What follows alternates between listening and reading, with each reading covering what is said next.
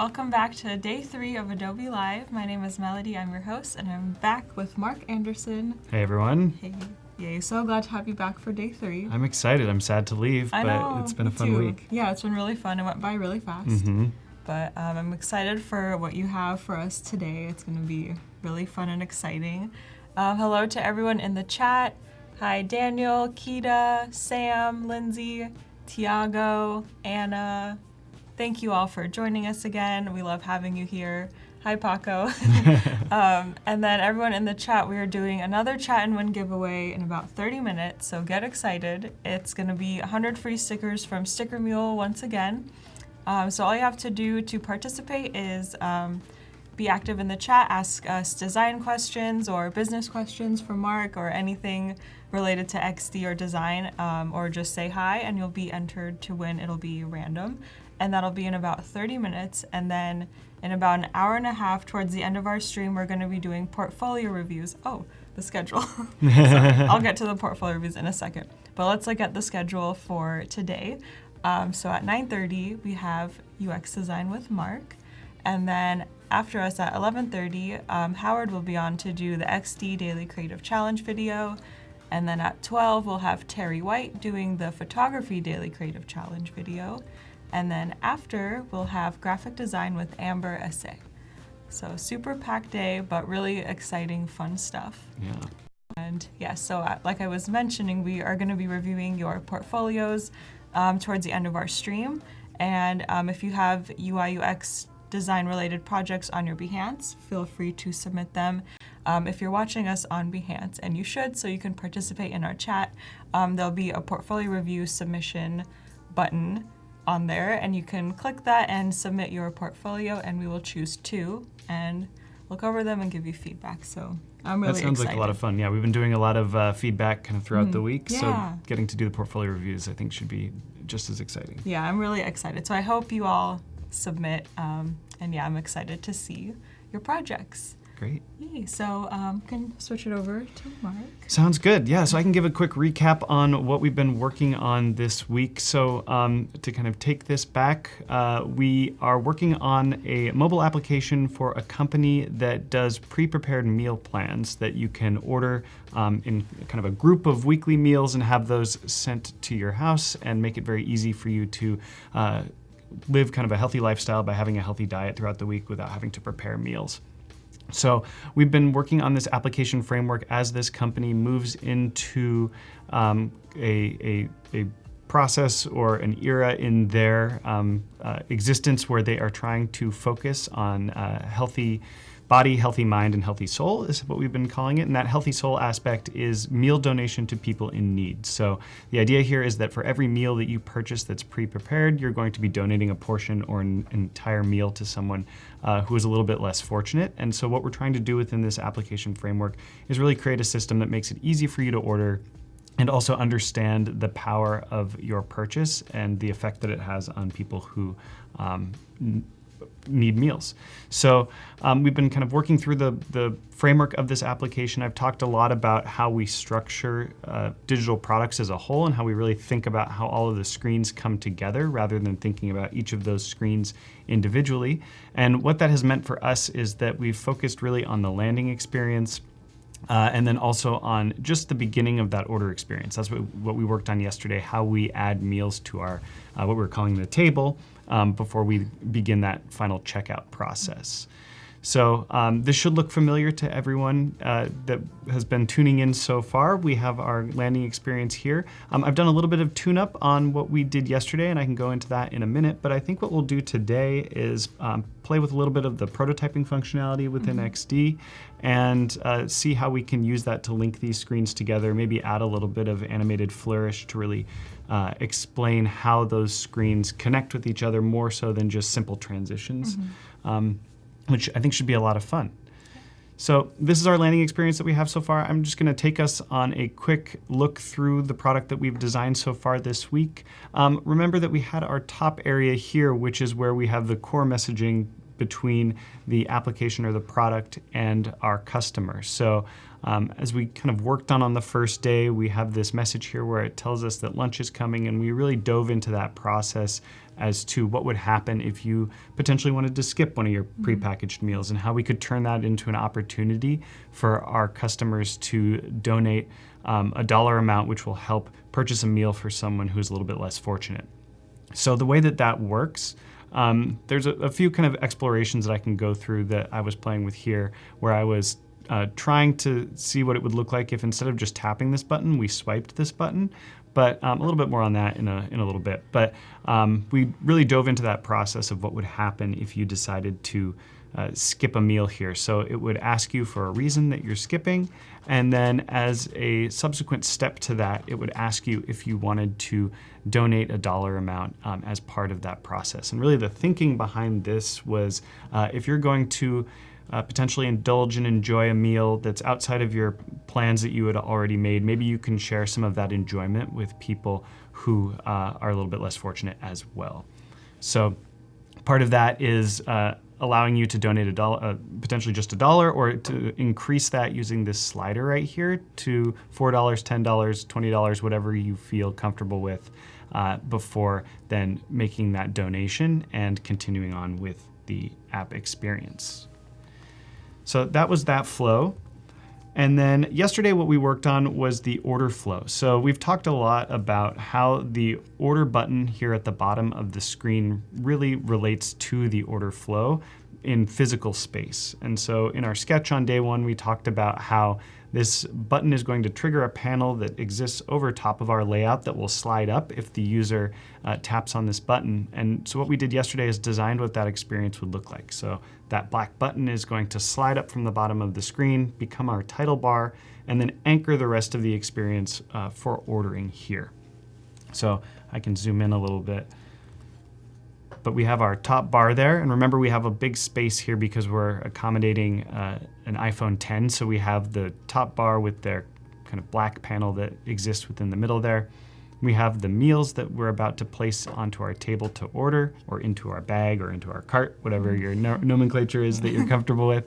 And then we have all of the potential meal options that we can select from. So we played with what that would look like from an interaction point of view, where we tap and drag those meals onto our table. And then that would give us a view like this. And this is a little bit new from what we went through yesterday. But what I wanted to do was really make the visual of this quantity selector look as though it was related to those cards that we were selecting our particular meals from. So we still have our image. You can see what that meal looks like. We have our heads up information, which is what that meal is called, and also the calories, how many meals you're donating as part of that purchase. And then we have that ability to increase that quantity if you want. So you could have the same meal every day of the week if you really wanted to. So in this case, we show what that looks like when you increase that slider to 2. So it's a pretty subtle difference. You would simply tap and drag to the right, and this number would go up. And then once you add to the table, it would then show you that you've added that meal up here with these icons. So we'll be able to see that a little bit more with the prototype, but you can see how we fill in these icons as you add meals to your meal plan. I like how you designed adding the higher quantity, because a lot of times it's just tap to increase the number, but I think this is a really creative way, and it kind of goes back to what you did on the other screen, so it's very cohesive, but I think it works really well.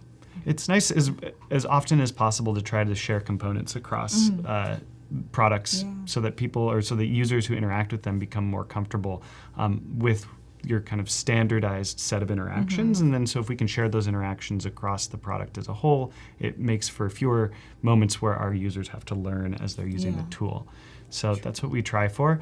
I think that these are all items that we can potentially play with too as we move through a design process. So maybe you start with this methodology and we decide we really like the drag functionality, but the visual design of it doesn't work as well as we move through that process. And so it's nice to recognize those moments where we really appreciate the interaction, but the design might not be working to the best of its ability, and then we can iterate and evolve that as we move forward. And that's the beauty of UX design, is that we're really looking at how the interactions and the functionality are working, and we can then take those moments and carry them on throughout the product.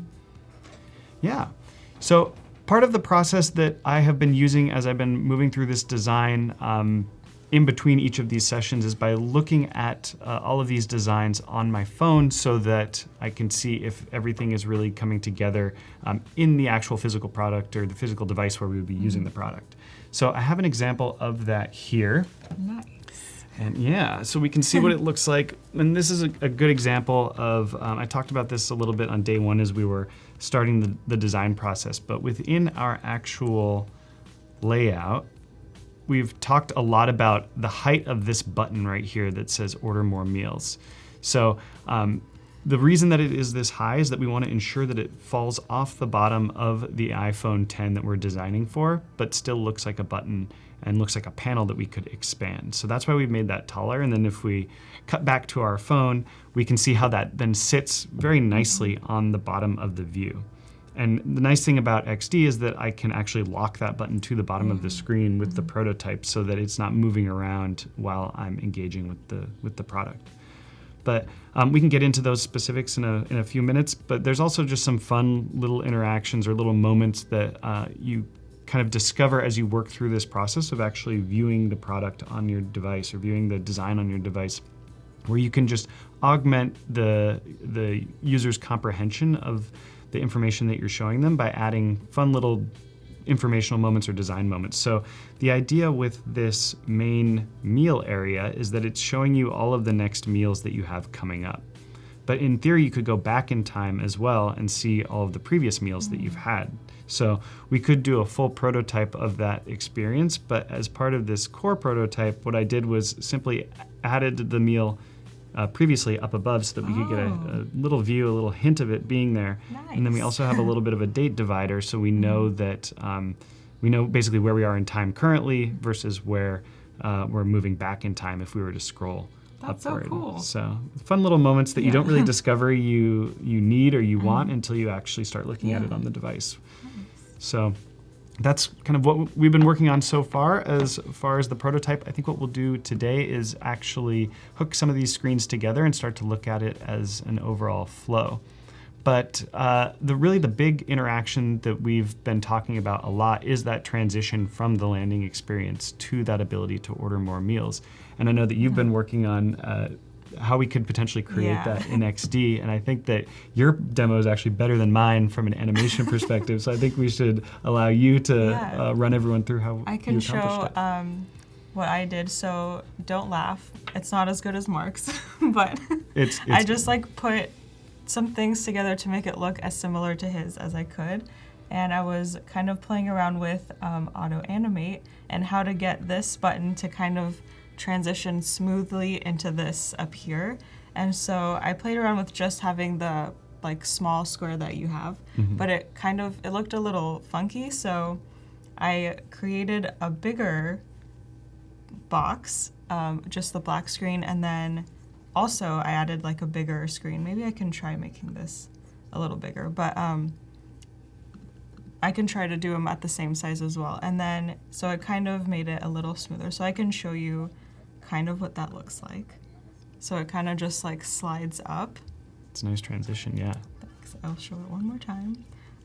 But I kind of just played around with it, and what I like about Auto-Animate is that you can try a bunch of different things and just see what works, what different transitions you can do. And then I also tried it with this one. Let me show you the settings, sorry. So on this one, I did tap as a trigger and then Auto-Animate, and I did wind up with 0.8 seconds. And I played around with the time because if I did it too fast, I can show you like 0.4 seconds. It was kind of too jumpy. And so what I do when I'm designing is just try all the different time lengths and just see what kind of feels better. And then on this one, I just did ease in, ease out, so you can kind of see the difference between the two. But yeah, that's kind of what I did just to see how we can do that transition. It looks really nice. And I think we should talk people through the specifics of kind of why we set it up that way. But I think that this is a good example of really looking at the prototyping tools that we have and using their core functionality in order to get the outcome that we're looking for, even if that's not necessarily the expected functionality that was built into the tool. So there's often situations like that where we say, okay, this is what we're trying to achieve from an animation perspective or from an interaction perspective, and how do we achieve that with the set of tools that we have in front of us? And so this is a nice way to bend it a little bit in order to really achieve that end goal that we were trying to create from a design perspective. So, maybe we should talk through Auto-Animate and why we chose that function in order to get to transition between those two screens. And really, I think the reason is because we are sharing that asset, which is the Order Meals button at the bottom there. So the reason that we use Auto-Animate to get from one screen to the other is because that object in our first landing screen is really conceptually as much as physically within the design the same object on both of those layouts. So we want our button to come up and become that title. And the way that XD lets us do that is by using that Auto-Animate functionality where it takes the properties of that object on the first layout and the properties of that object, that same object on the second layout, and then animates in between those two states. So that's why we have to do a little bit of kind of design cheating where we make that button super tall on the first layout so that we can do a really smooth transition to that second state on the second layout as well. Exactly. And then one other thing to keep in mind when you're doing Auto-Animate is to make sure whatever you want to be animated has the same name. So on here I have group 2 for the black box and the yellow box, and then on here it's also group 2. And even with text, you can change the name to make it the same name so that it doesn't like lag, because sometimes that'll happen to me and I'll forget to name them the same thing. But it's just something to keep in mind when you're doing Auto-Animate is to make sure that they have the same name for the smooth animation. And that's something to really think about as you move into creating your designs as well. If you're going to be moving to that prototype stage, it helps to know that early on in your process so that you are duplicating artboards and you have the same object names in both of those layouts so that you don't have to go back and redo that work later when you actually want to move into prototype.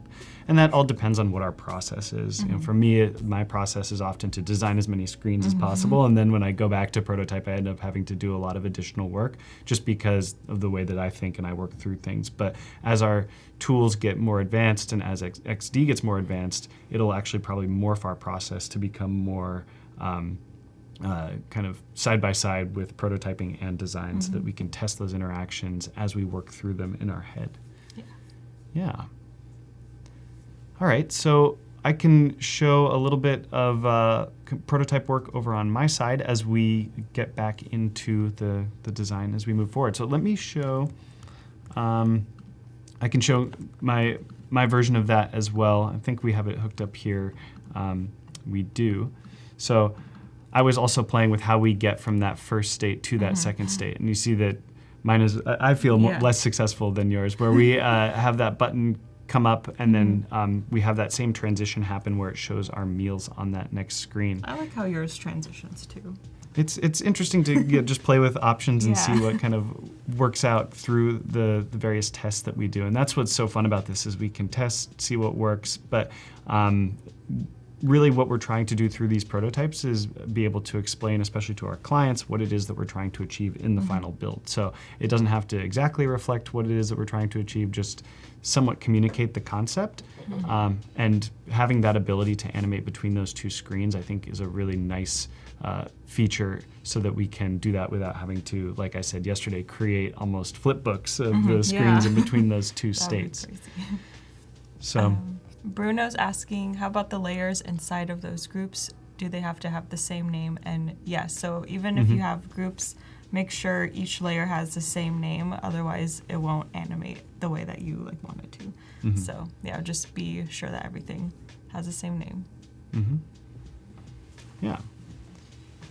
So creating prototypes is actually very, very easy. We just simply have our prototype tab that works alongside our design tab here. And really nothing changes other than our tools panel over here on the right-hand side. And so what we can do is just simply start to hook various screens together by selecting those objects and then dragging over to the screens that we want to connect. So in this case, what I wanted to do when I was building this prototype was make sure I had a way to get back to my starting screen once I got to this second screen so that I could simply go back and forth and just watch the animation 100 times and see if it felt right. So the way that I did that was to, just like you, hook my button on the first screen over here to that screen on the right side. And then what I did is I came up here, grabbed this button, and connected it back to this screen. So that way we have that easy ability to move back and forth between those two screens and really play with that layout, tweak those adjustments. You can see that there's some layer issues that I'm having with the position of that button, and that might be something that as I move through that prototyping process, I begin to tweak more and more. Yeah, I forgot to do the going back when I was doing my prototype. But yeah, that's like the best thing of looking at the app on your phone and going through all the motions is that you realize, oh, I need a way to get back to the first screen. So. Right, yeah. And that's something that we, in theory, should be considering throughout that entire design process, but it is the beauty of prototyping where you start to discover those elements that you might not have thought about before that you can then go in and address both in the prototype and in the design. But it is worth noting that when we're within this preview panel, what we can do is use our arrows to move screen to screen so that if we don't have all of our connections hooked up at any given point, it's very, very easy to move back to where we started so that we can test that process again. Yeah. A couple other things for all of you guys out there who have used the prototyping functionality before. We have that ability to set our home screen as well, so we start on a screen that we're expecting to start on. Otherwise, we might start on whichever screen that we're previewing at that given moment as we push it over to the device.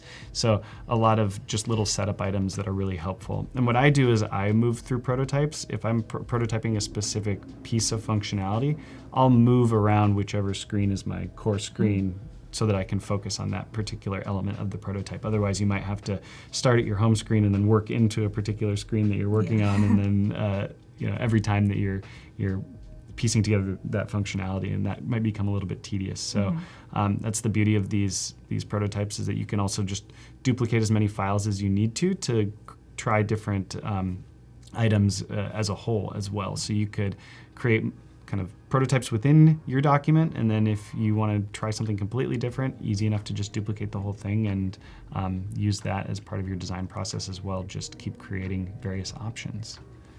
So we have a question from Seth. They're asking, how are you tackling animations within the specific icons during a screen transition? For instance, turning the down arrow into an up arrow. Yeah, so what we could do there, if we really wanted to get into the nitty-gritty of the animation, is just ensure that all of the elements of our down arrow are in this first screen, right? So what we would do is maybe we hide the down arrow somewhere in the Order More Meals box. Maybe it's at an opacity of 0, and then we have it turn into an opacity of 100 as it moves over into this side. We see that a lot in product design now, where icons will literally morph as we move from screen to screen. A big popular one is with the menu icon turning from those 3 lines into an X. And there are ways that we could use Auto-Animate to do that. In this case, because that arrow doesn't exist as a design element on the landing screen, it doesn't really make sense to design it as a particular icon that's just there to morph when we move to that next view. But that is definitely something where, as we turn this prototype into a higher and higher fidelity model of what this application will ultimately be, we would start to play with those little nuanced animations in order to make it a really beautiful experience. So hopefully that answers that question. Yeah.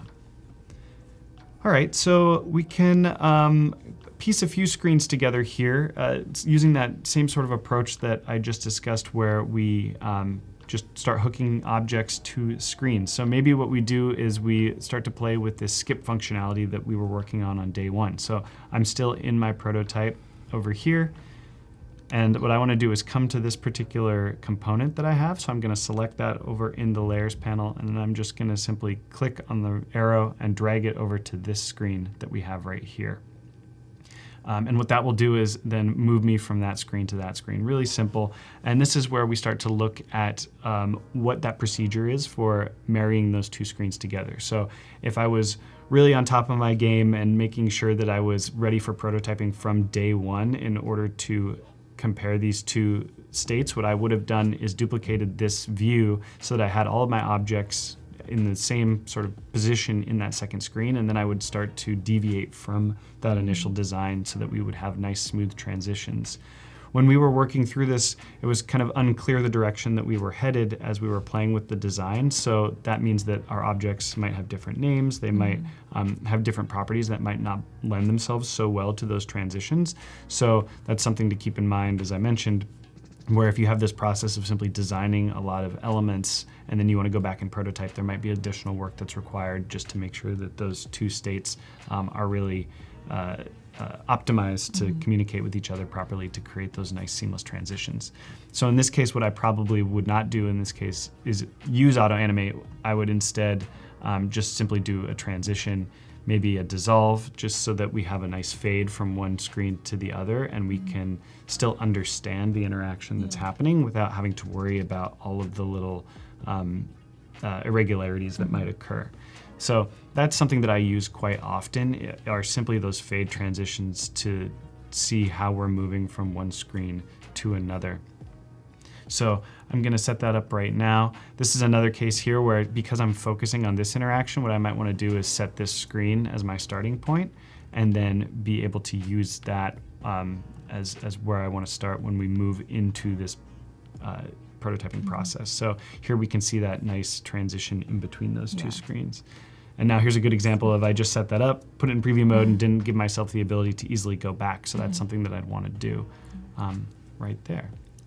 So Tiago has a question. Do you guys recommend creating the web and mobile versions on the same file? Because they have issues with just that one home screen and that interferes with their prototyping.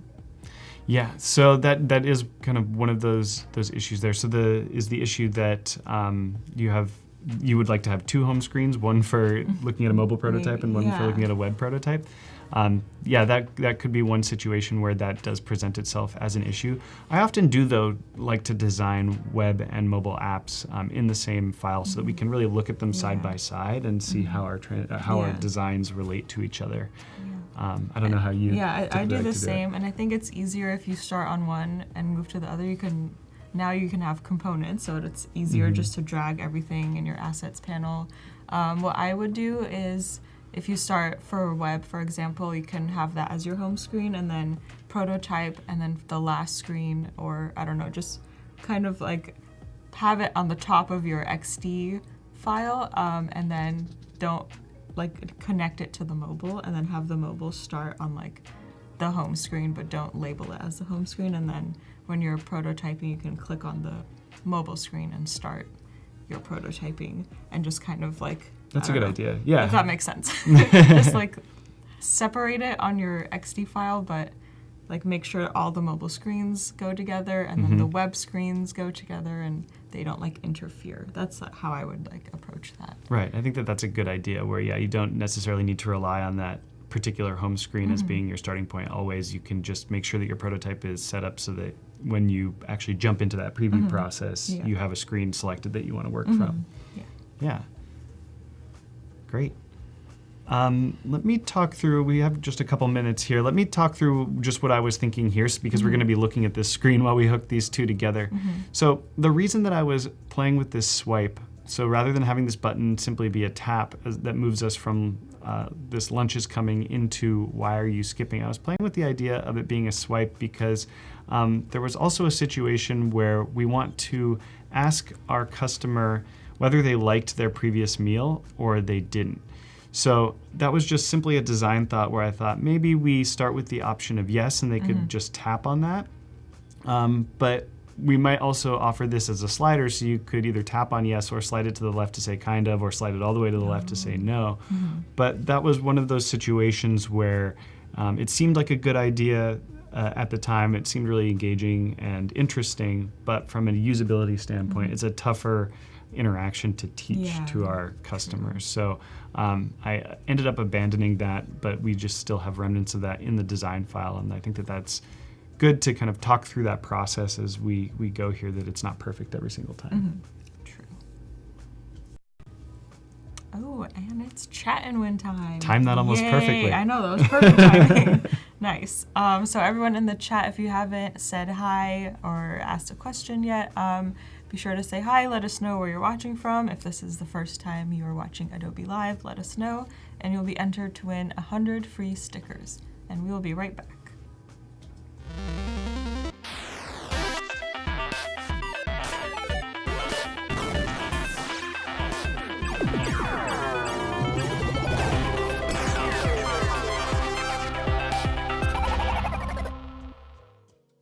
And we're back. Yay. Let's see where people are from. Jordan is watching from Pluto. It's pretty far. That is far. Probably just the start of the feed now by the time the light signal gets there, right? From Iowa, Berkeley. Oh, that's pretty close by to where we are. Yeah. Brazil, Utah, the Netherlands, Oakland. That's also close to us. Yeah. Enjoying that beautiful California weather today. Yeah. Brazil, Portugal, England, Iowa, Houston. That's awesome. People tuning in from all over, yeah. Aspen, Colorado. Is it Wow, snowing Ghana. in Colorado? Because I saw that it was snowing in Denver a few Wow. days ago. I am ready for summer. It is. Yeah. I see someone's tuning in from Seattle. Oh, Shout out to Seattle. yay. That's good. Yeah. Cool. From Ghana.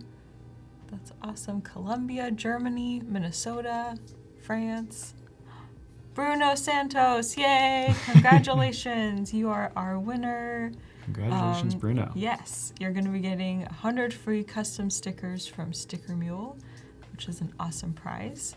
Congrats. And then for those of you that did not win, you can head over to this link up here, stickermule.com/Adobe Live 19, and you can get 10 stickers for only $1, which is still a pretty good That's a great deal. I will be doing that after this for sure. Nice. Yay. Oh, Anna's saying we've gotten a lot of snow. Aspen Mountain is open for skiing this weekend. Oh my god. Wow. Almost into June. Yeah, Still skiing. That's so crazy. crazy. Yeah. Ooh. Wow. Yay. Well, thank you everyone in the chat for participating, and we can turn it back over to you, Mark. Sounds good. Yeah. So let's see. So I was just explaining the interaction model of that button, and I didn't catch who it was from, but I did see a question as we went into Chat and Win that was asking about how much white space I typically like to put in between elements. And on one hand, that's, I think, really a matter of personal preference. I tend to like to put a lot of white space in between my elements just so that we can create layouts that are very simple and very clean and clear for our user. I used to work with someone who would explain that the products that we made were very Fisher Price, and that was used as a good, as a description that we saw as a positive, because what it meant was that everything was a little bit big, a little bit chunky, and very easy to interact with. So I typically like to add a little bit more space with my layout, and in some situations where we have a lot of information that we're presenting or a lot of functionality, we might need to decrease that space.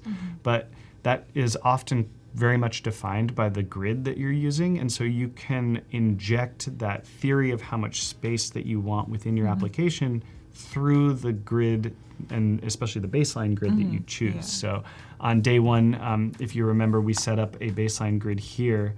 If I move back into the design view and into the layers of this particular element, and I might have removed that as part of my design process. So I might have to go hunting around for my grid. Here we go, we have it on this screen.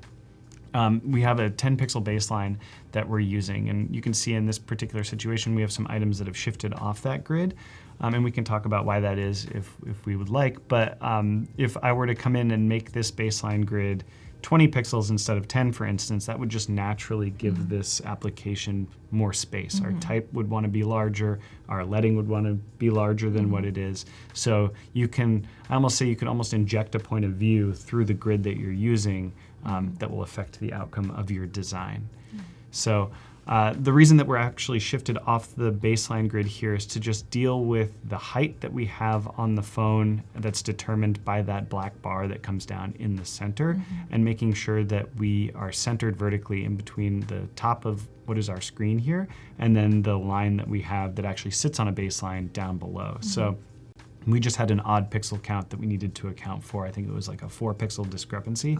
And that's quite often that happens, where, especially on mobile devices, you don't have perfect dimensions that you can work with, or you have a baseline grid of 10 pixels and you might have something that needs to be 5 pixels off of that baseline. So as much as we like to adhere to a grid and we push to adhere to a grid, we also want to make sure that elements look correct in terms of our overall layout. So there are those moments that you need to deviate from that design system that you've set up in order to achieve those outcomes. So yeah, we were talking about this slide functionality, and yeah, really what was happening here was a design exploration or UX exploration and interaction thought that didn't end up working out. And so what we've done is we've left that in the file. We can maybe come back to it, maybe decide that there might be a way to have that involve itself with the design as we move forward. But for now, we're not going to continue down that process, and that's perfectly okay. We can just leave it in there as a flow that we're not going to address at this point. And that's what's so nice about having this ability to have so many artboards in a single file, is that you can just abandon ideas or leave ideas that you think might have some sort of element you might want in the future. And you don't have to worry about them taking up a lot of space. You just kind of move them out of the way. Exactly. Yeah. So where were we? I think we were hooking up these two screens over here, and that's why I was explaining why that skip button was dead center within that layout. So if we come back to our prototype and we look at this screen, which I called landing 2, and then skip selector step 1 over here, I was just hooking those up so that we could move back and forth between those two elements to really test our interaction. So if we hit that skip button, we then push the meals that we have in the background out of the way so that they become less visually present. And that's because we don't need to interact with them at this point. We've chosen a different path that we're heading down. Or we could decide that we don't want to skip, or we don't want to fill out this information right now, so we could hit that X and go back. So a nice simple transition in between those two screens. And what I will often do as I move through this process is just simply sit here and click back and forth and just make sure that it feels right, and that those elements that we're sharing between those two screens feel as though they make for a consistent experience, or whether we need to have more of a drastic change in between those two layouts.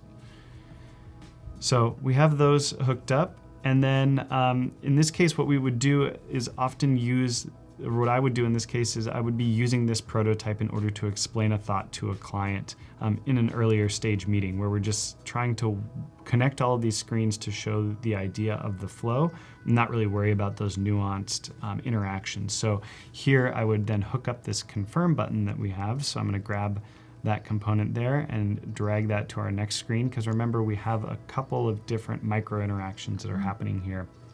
So I would connect that. Again, use that same dissolve transition, and then that would move us to that next screen. So what I can already tell from just simply putting this prototype together that hadn't been considered previously is that if we come to this screen right here, we might not have the ability to get back to this one where we want to change our decision. So I think that that's an important aspect of prototyping, is that we start to discover those elements that we weren't necessarily considering when we first began that process. So here we might look at what that means from an interaction standpoint. Maybe what we do is we add a back arrow up here that allows us to abandon this flow instead of moving forward with it. Maybe we decide, you know what, if people choose the reason that they're deciding to skip their meal, maybe that's enough and we don't need to allow them to make that change. But those are all elements that we consider as we move through that design process and really hook all of that functionality together. So we now have those screens set up, and then if we were to donate, that's this part of this component over here, we would then need to decide where that is going to take us. So we've kind of started our flow here, we've moved to this reason selector, and then we've moved to this donate selector, and then once we complete that process, we're basically going to go back to our first screen, but we're going to want to go to a different state that doesn't have this message that says lunch is coming, because we've already, or that doesn't allow us that ability to skip because we've already done that. Yeah, exactly. So that's where we have to start thinking conceptually about what that message might want to be, or if we even need a message there after that. Because what happens if we decide we're going to skip lunch and it's 10 a.m. and lunch is still our next meal of the day? Does that mean we need to tell people that lunch is coming, or do we need to say that dinner is coming because that's the next meal that they're using or going to be eating that's from this program? Yeah. So that's where we would start to think about all of those ideas and how we would connect those items together. So I am probably going to play with that idea right now. We'll just move this over in our list of screens, because what I like to do when I design, and I don't know how you like to design, is put those screens in a flow all next to each other from left to right. And I think you do the same, right? Yeah. And that's just a nice way to think linearly about how users move through various sections of our application. So what you'll see in my files as I create full products is that we'll just have rows of interactions from left to right that really show all of those pieces of functionality. Yeah, that's what I do too. Just have them all in order. It just makes it easier.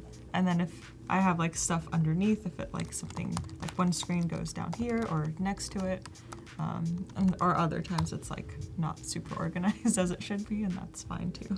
Yeah, I mean, especially as we start that process, I think it's a tendency for a lot of us as designers to just throw as many ideas as we can into our layout, not worry too much about structure.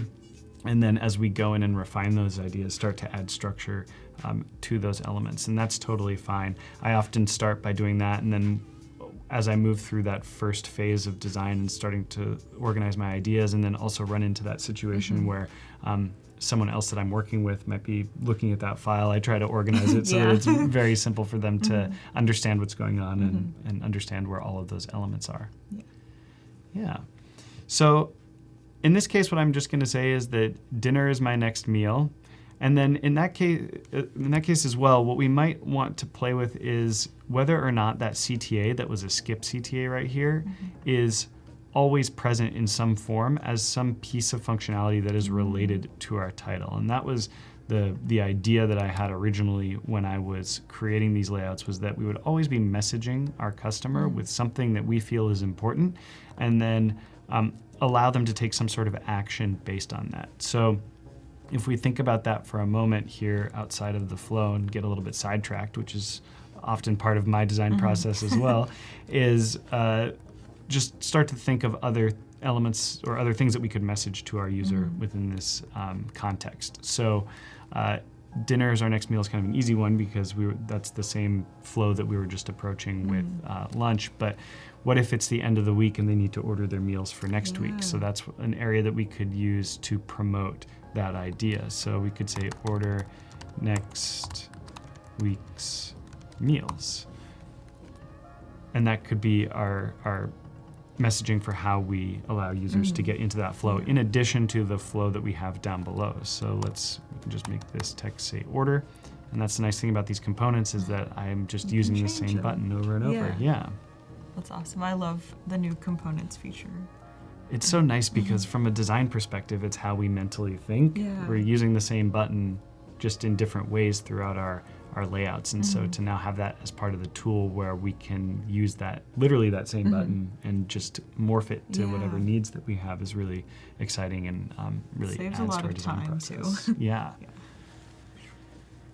So that's just another idea there of how we could use this space to our advantage, and really the idea of having that space at all. And as this product morphs and becomes more robust through the design process, we might even start to add particular flair to that section. It might be something that becomes more of a promotional area as a whole. So maybe we put photography there at some point. Maybe it changes so it's no longer yellow within that top bar. It has its own color scheme. There's a bunch of possibilities for what that could become over time if we just think about it as being a placeholder for any action that we want our customer to take, given a particular situation that they have found themselves in, or that they are in, given the time of day, time of month, season, anything else. There's so much stuff to think about with just like one message Right. on the screen, but you're right, like there's so many different things to consider when designing that, and thinking about the future of this app as well is really important. Yeah, and that's, I mean, from a product design perspective, always thinking about the future and how it can scale is the hard part, right? Yeah. So we need to always be thinking about where this is going to go, and as we increase the number of users that are engaging with it on a regular basis, what are their needs going to be that we can't necessarily anticipate on day one, and will that require a redesign as we move throughout that product design lifecycle? So a lot of things to consider when just simply starting what seems to be a really simple application. The ability for it to extend is important, even if the client's not going to do that on day one. Yeah, so that's an example of how we can adjust our design based on those thoughts. And so for me, I don't want to delete this, I just made it so we can put it up out of the way and not worry about it until later, but it was just simply a thought I had and I wanted to keep for now. So in this case, we're just going to say dinner is your next meal. Skip, maybe, I'm also just having a thought here, maybe there's a snack period that happens in the afternoon, and we want to allow our user to see their snack options that are available from within their meal program. Right. So we didn't talk at all about ordering snacks as part of that process, but that is something that they could potentially do. And again, that comes down to us thinking through our user experience and trying to decide if we want to list snacks within this layout, or if we want to keep them in their own little world and then access them as needed. I snack every day, so they're part of my regular meal program. But for a lot of people, they might not be. So we want to make sure that we solve for both of those use cases. But for me, it's like clockwork. We could put the snacks right in between lunch and dinner, probably right close up to dinner because I'm snacking right before I have a meal. But just something that we need to design around. And that's the reason I bring that up is just because this skip button could, just like how it was the order button a moment ago, have many different functionalities, but all of those functionalities would relate to whatever this message is that we have indicated over here on the left-hand side. So it could be something like, don't forget you have snacks. And here we're running out of space, so we might need to be a little bit more efficient with our language, or that might then lead to another exploration of how we deal with longer messages within this area, and messages that might be 2 lines. Yeah, I think Felipe said, what if the title has 2 lines of text? Yeah, and so that might be something that we come in and say, okay, we've run into this problem now. Good thing we're relatively early within this design process, so we might bump it down to a smaller size and say, okay, this is actually the size that we're going to use throughout, so that we have consistency. Or maybe we just say, okay, in particular situations, what we want to do is allow for text to be 2 sizes, so that we can allow for those longer messages. And then what I would do as a designer is put all of those potential options side by side and say, okay, is our system working as a whole here, or do I want to commit to a single text size and then design around what something looks like when it's 1 line versus 2 lines, kind of like what we did with the cards yesterday.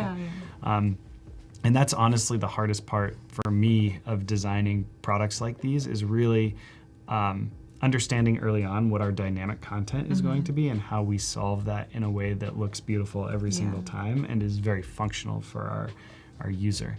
So this I think that's why it's good to not use lorem ipsum when you're like early in the design process, because then in this instance you wouldn't know exactly the copy you're going to have, and I think it's really important to kind of have an idea and plan out for like 2 lines or 1 line, because if you have just lorem ipsum everywhere, it's hard to visualize what it's going to look like and the content that will be there. So.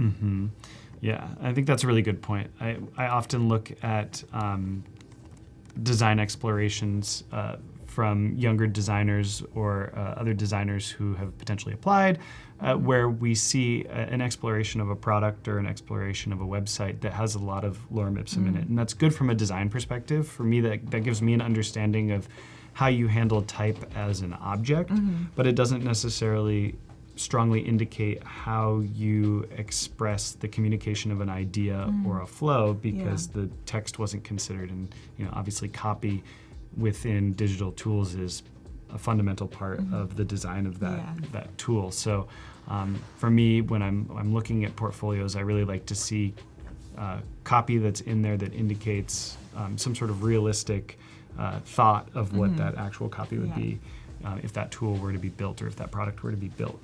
And that doesn't mean I don't mean that to say that everyone needs to be a copywriter. It's just more that knowing what that copy is trying to communicate really helps understand the tool as a whole. Exactly. Yeah, just having some idea, and the wording doesn't have to be perfect. You can just say I don't know, snack line or something, like write about snacks, and then as long as you kind of know what it's about. And it's important when you're going back to your design, if you step away and then you go back and you might forget what you wanted to write on that screen if you just had lorem ipsum.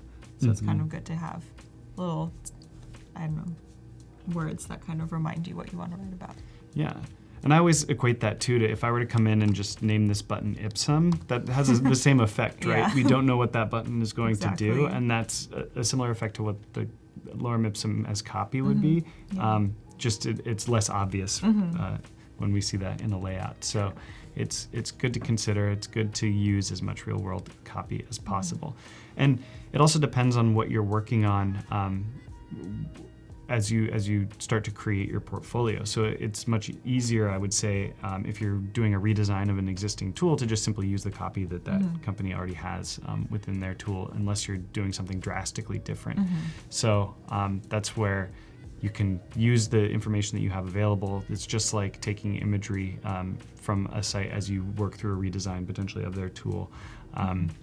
It makes it easier to communicate that idea. So.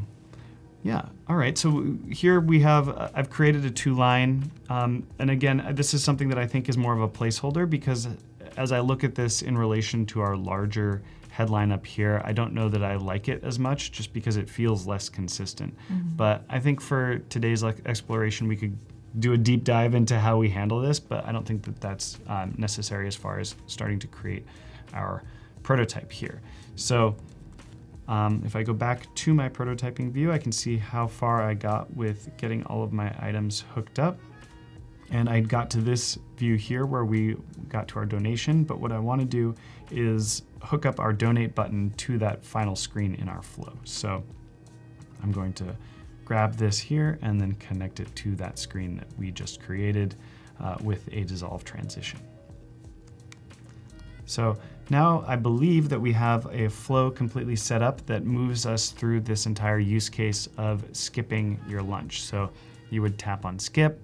It then gives you the ability to select why you're skipping. And so this is something where we would swipe to the left or right to choose whichever option we want. So we think about this center area right here being our selected area. So if I were to swipe and move too busy over here into this center position, it would become the dark text, and eating out would become light. And then hit confirm.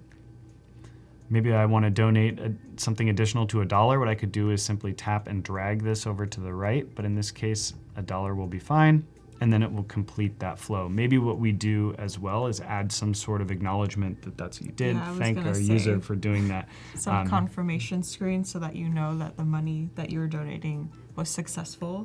Because then, if I didn't get a confirmation screen, I'd be like, oh my God, did they take my money? I don't know what happened. Did it work? Or do I have to do it again? And so, yeah, it's important to have that screen at the end. Especially in a case like this too, where we want to express gratitude for people that are doing that. If we were to simply just end the flow like that, it would, to your point, it would be confusing, and then it would also feel very abrupt. So maybe we go in and at least create a placeholder of what that screen might be. So that's simple enough. I can just unhook this for the time being. I'm just going to bring this back to the initial component to unhook it, and then I'm going to create a new screen that is our confirmation.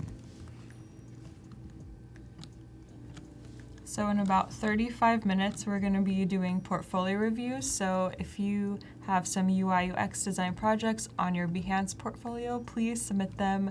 We would love to review them and give you some feedback. Even if you're a beginner, I highly recommend that you submit. If you go on behance.net/live, there should be a portfolio review button at the very end, right above the chat, and you can find instructions on how to submit there, and we will be selecting 2 and be looking at them in about 35 minutes. Great. So what I'm doing right here is just simply doing a thank you element within this step.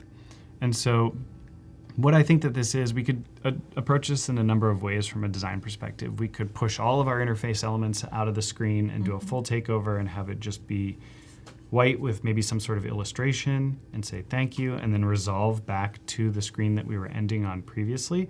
Or we could contain it within that particular flow. And I think at any given point, because the core functionality of this product is to encourage our customers to use or to eat the meals that we are providing them, we want to allow for the opportunity up through any point of this skip process for them to cancel out and say, you know what, I'm actually going to eat that meal that's been provided for me. So here in this case, because we've actually confirmed, we can't move out of that particular section of the flow, but I think I want to contain that flow to the area on the screen that we'd been interacting with up until this point. So as far as this exploration right now is concerned, I'm just going to put that message within our white box that we've created, as opposed to moving all of our elements off of the screen and creating just a single screen that is that confirmation. Because this might be something that we start to use as a design paradigm throughout our entire product. And so if we create a paradigm of doing confirmations or alerts or errors as full screen takeovers, I feel like that might be a really jarring experience as we jump around where everything disappears, we have a message, and everything comes back. So starting to think about those items early on in the design process is important, at least to me personally. There's a whole exploration that we could do for what we would call empty states or confirmation states within this tool, where we say maybe we want to add illustration, maybe we want to add iconography. How do we make all of those moments feel just as considered as all of the other design moments that we have within the product? So those are actually often my most favorite parts of designing tools, are thinking about how we message situations where maybe the user did something we didn't want them to do, or there was an error, because those are places where we can add a little bit of personality to the tool, both from a copy perspective and then also with our imagery. Yeah, I feel like those screens are pretty difficult to design, like the error state. Like, you don't want to give the user a 404 not found and say like that you created an error, or like make them feel bad for doing something wrong. And so I think it's important to design that screen thoughtfully and have illustrations or really nice messaging. So yeah, it's always important to keep those screens in mind as well. Yeah.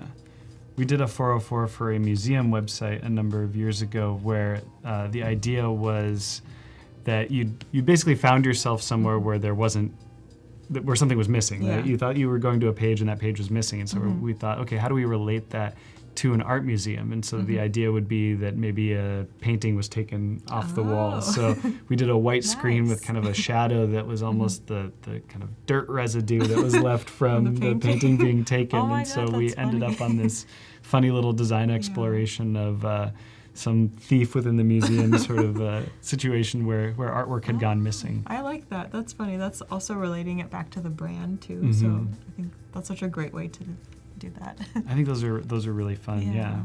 We did some work as well for a company that was involved with auto parts, and so all of our little illustrations had to do with how do we relate a car to whatever it is that we're trying to message. So we were importing data, and so that data we illustrated as airflow moving into the vehicle, and then when we exported, it was exhaust coming out of the vehicle. Cool. So yeah, those little moments where you can really express your creativity, I think clients really appreciate.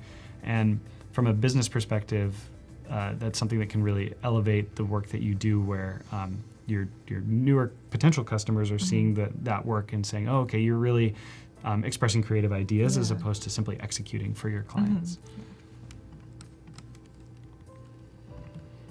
So we're going to just say thank you right here, and then the message would be something along the lines of, we really appreciate your donation and know that an individual, and we can make this more personable, but really know that we really appreciate your donation and know that, and let's just do this. And please know that it has gone to a great cause. And then my computer just has an issue here with double spacing a lot, so we're gonna go in and clean that up. There was a while where it added erroneous I's and E's, so it was like I would write Italian even if I was writing in English. So always have a mind of their own. But I'm gonna come in and make this a text area, and then I can move in from the left and the right and just get our margins to where I want it to be. And then we have a nice message here. So typically the way that I would handle this is to have this message come up and then hold for a moment and then resolve to our next screen. And that's kind of the approach that I would take with that. I don't think that we need to add an OK button here for our user to acknowledge that we're acknowledging them. That will kind of add to that flow and make it a little bit more difficult. So that's something that I think will make sense here. So we're gonna hook that. Would you still keep the enjoy your meal out on the confirmation screen, like title, or would you write something? Oh, maybe that actually becomes our... Like thank you? Yeah, that becomes our thank you. Good feedback.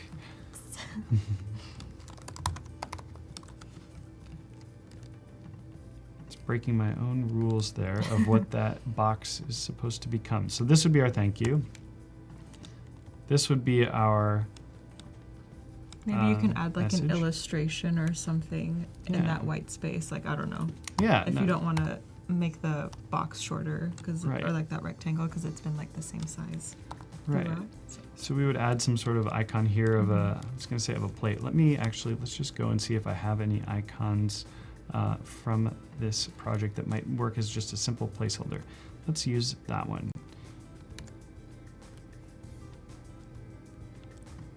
Even though it's a certified organic icon, it still somewhat indicates that you're eating something somewhere. So we'll go ahead and throw that in there and then move this text down. When I was cleaning up my files, I lost my grid, as we noticed earlier. So I don't want to necessarily go hunting around for it. So now we're going to go off of experience to try to visually figure out where our items should go. And that should kind of center within that space. And then we would decide, okay, does all of our text in this case need to be black, or is that just too much that's in the foreground? So maybe this message actually becomes a slightly mid-gray. Maybe that's too light. So we would go down to 333 and just push it back a little bit.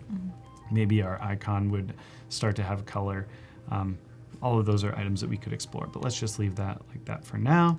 And we can add that into the flow that we were creating as part of our prototype.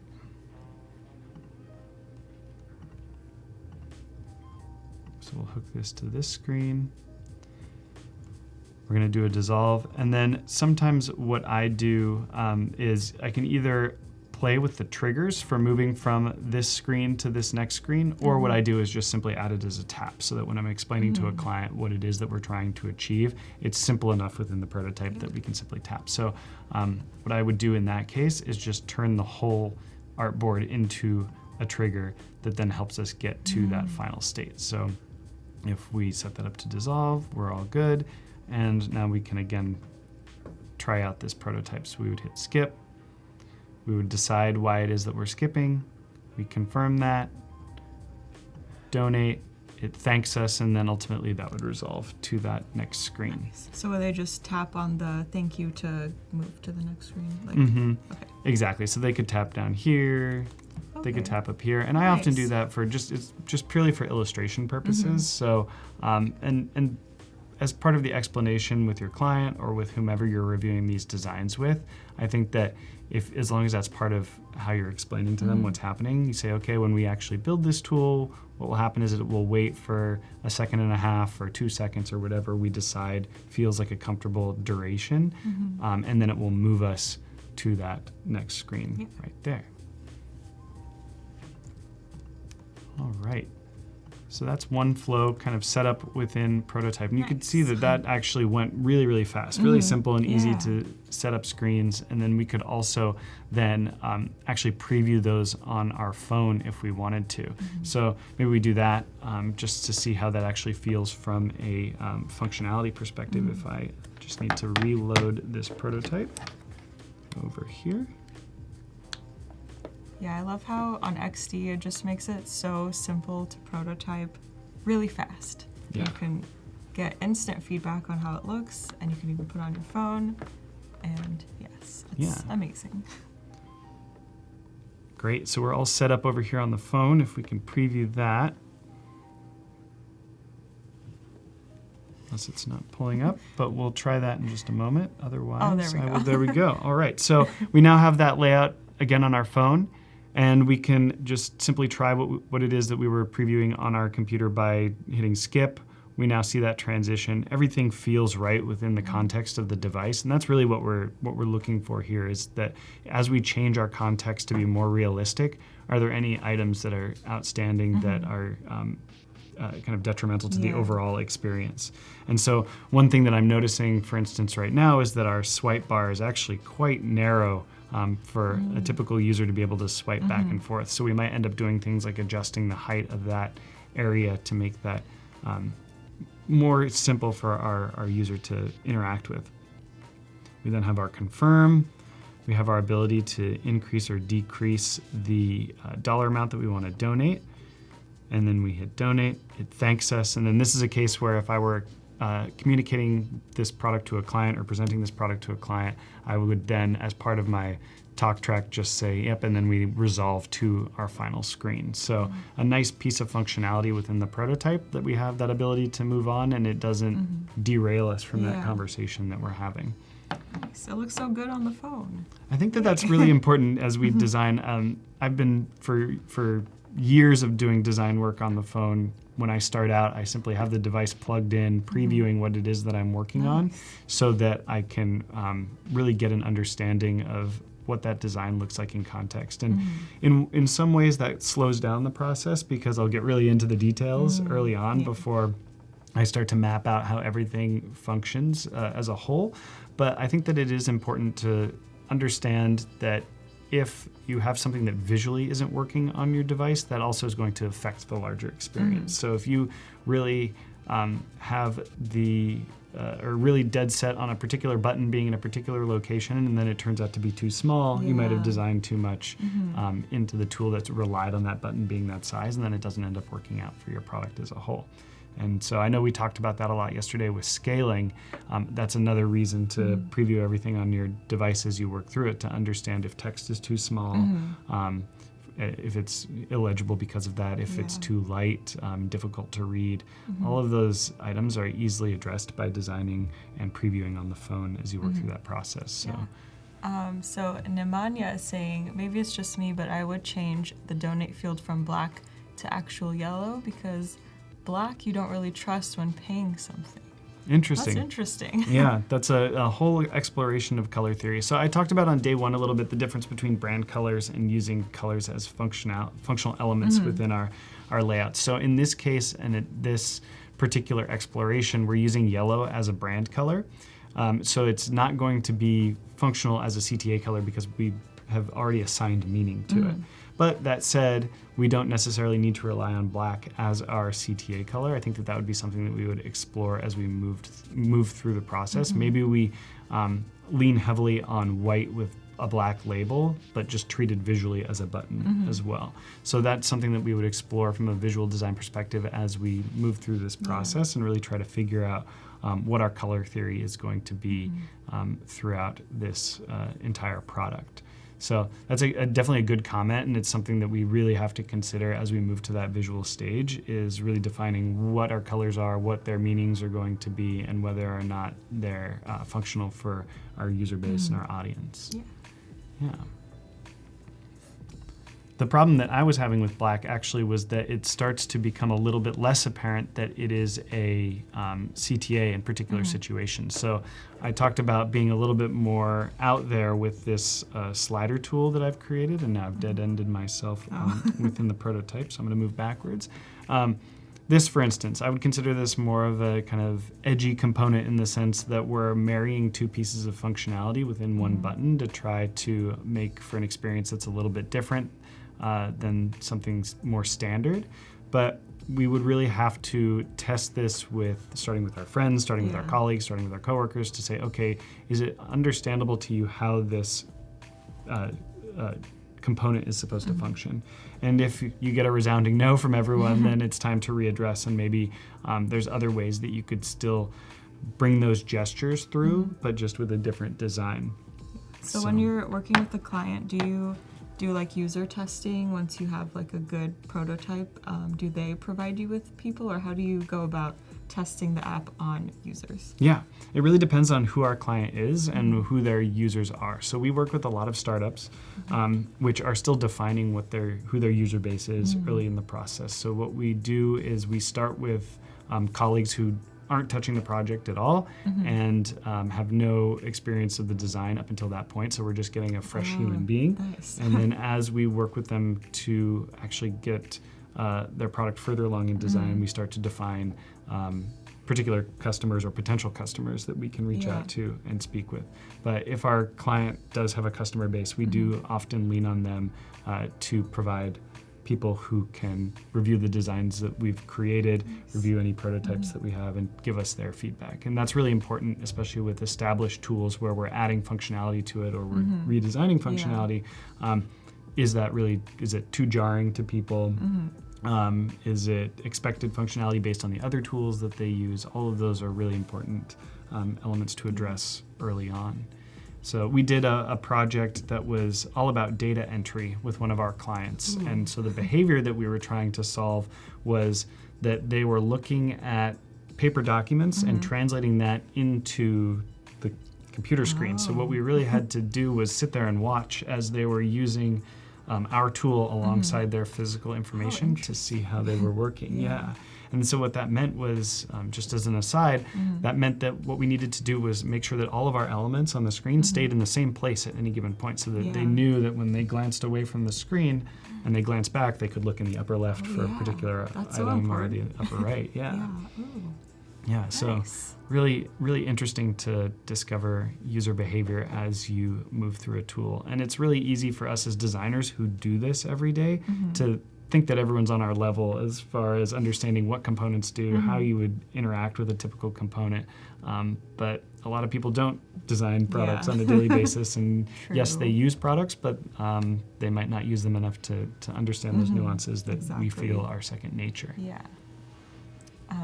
Felipe has a question. Yeah. They say, I love that you use all caps in your CTAs, but there are some designers that don't agree with this. What's your opinion? Yeah, I talked about this a little bit yesterday where we consider word shapes. So this goes back a little bit to typography with capital letters. And what I mentioned yesterday is that when we'll cut back here, thank you, to what I mentioned yesterday was that when we have all cap situations like this, like these titles up here, or even this confirm button, if we move away from that design, in this case, we would be holding the phone further away from our face. What we would see in this case is just simply a rectangle right here that is what that text turns into as we move further away from it.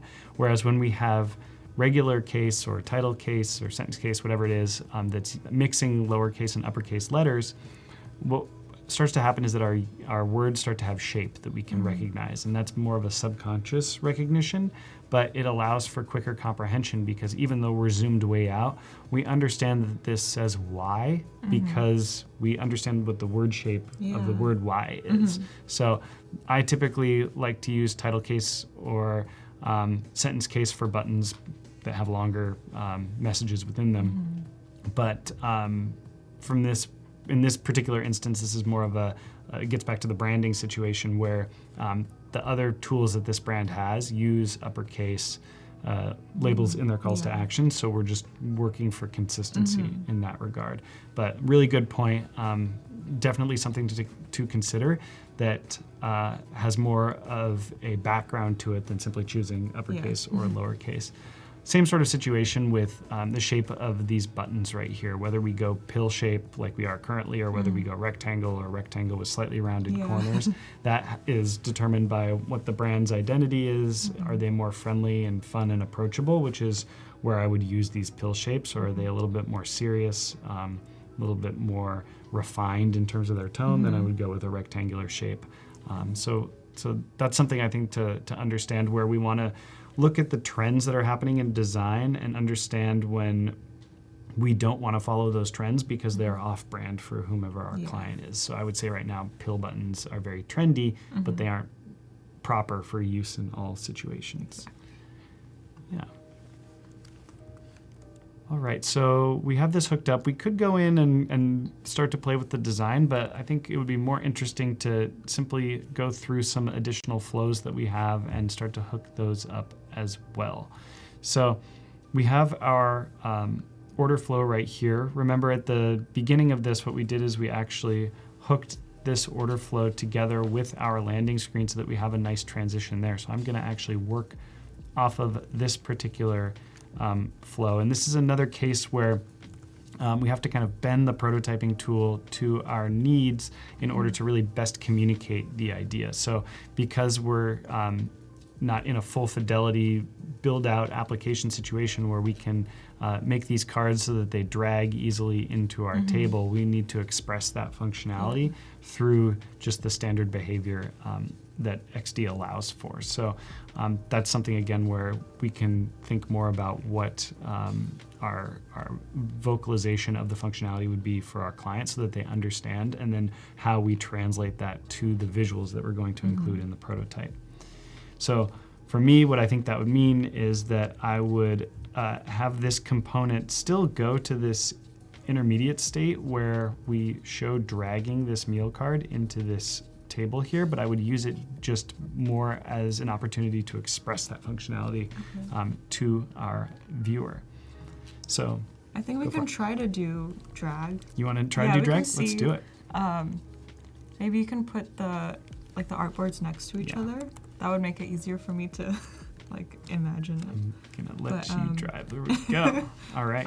So I would copy that square, element this on card. The first screen. Okay. So it Let's go it's into still design up there, on top of it, but you can't tell. Okay. And then drag it from there. And there we go. then on this screen, I think maybe you can try taking that off, or We'll take this off. hiding. Yeah. Okay. And then, This is where. Okay, go what's for it. the screen after this screen? The screen after this screen will then be where we have this one right here. So I can move this up here as well. Let's actually set our own flow up here. And then we can put this artboard right next to each other, and we'll zoom in so everyone watching from home can see it. So let's try this out. So we can click on, or go to the prototype mode. Okay. And then click on this, the top one. Okay. And then let me unhook it from our previous.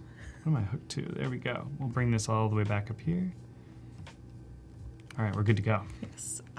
Okay, so click that onto this yellow part, or the next artboard, I guess. And then do drag as the trigger, and then let's see how our Auto-Animate works with the objects that we have here. So I'm going to take this, and we have this screen selected, so when we prototype, it should be visible here. And so let's see, our drag functionality is not quite working. Maybe, is it the one underneath that you selected? Oh, maybe, it might be. Let's see. Okay, yeah, it was the underneath. So, oh yeah, you're right. Okay, so let's turn that off. We have this. We'll grab this card. That will be the one that we then connect, drag, Auto-Animate.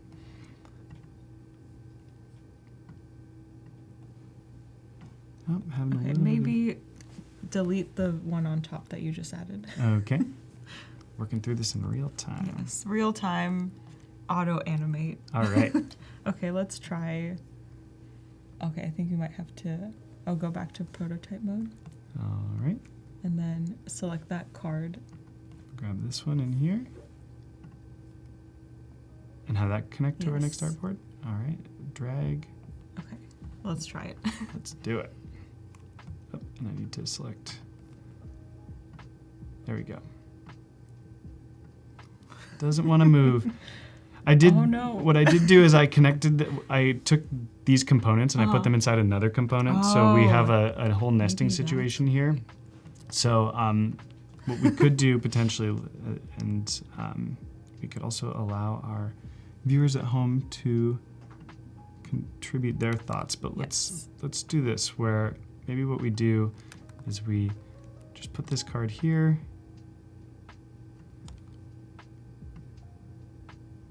I'm gonna move this. I'm gonna move this up and out if I can.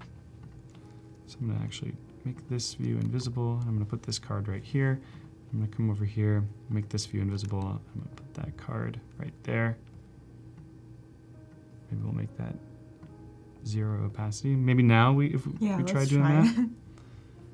Go into prototype mode, and we'll do connect those two, and we have drag. Okay. There we go. So I think it was just the nested components. Probably. So a little bit less apparent as to what's happening there, but this is sort of fun where we can see that transition between those two states. So it is a nice thing that we can play with, where we start to see, okay, that yellow area is going to be large and accept that card that we've put in there. And so this is a case too where we can show the whole flow by then selecting this artboard right here, connecting it with our next one, and just doing a time in this case. So what's nice about that is that if we didn't want to talk through this particular screen, we can just say that there's a delay, maybe there's a delay of 1 second, and then it would move us to that next screen. So in this case, we'll start this prototype, we drag, and then it would move us there to that final screen. Nice. So we get that nice piece of functionality right there. Yeah, I love the time transition, but it only works on artboard, so you have to select the whole artboard to do the time transition. But maybe in the future, I don't know, it might work on elements too. That's really nice. Yeah, it's a nice piece to have, especially as we string together items, as I mentioned before, like that thank you that are not meant to do anything more than just kind of hang there for a moment to allow our user to be acknowledged for what their action was that they took before we move them on to that next view. So we solved it in two different ways here with the prototype one, where I said we just tap through because we might want to stop and talk to our client about what's happening. In this case, probably less of a reason to stop and talk about what's happening in this situation. We can do that in regards to the whole prototype, and then use that to kind of string those two items together and feel like a real tool.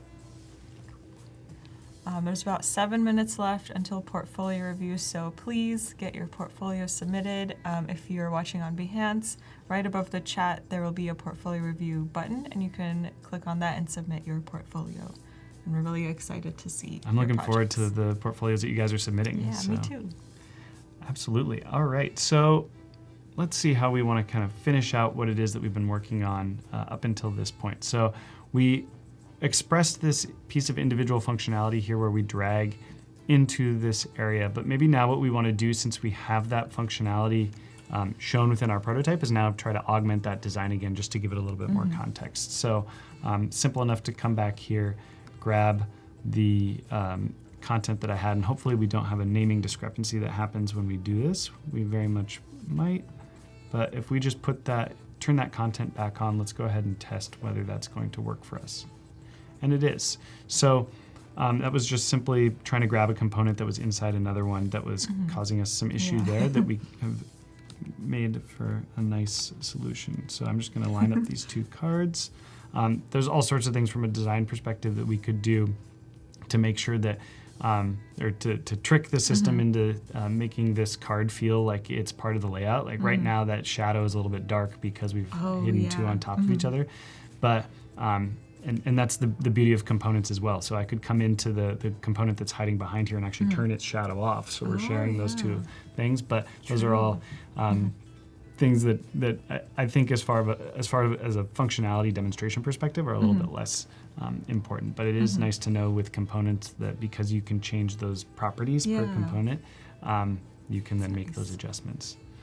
So we have that. Over here on this screen, I'm just going to see if I can turn on that visual again, and then we'll have a fully functioning piece of functionality right here. Yeah, so that looks probably like what the tool would actually look like in this case.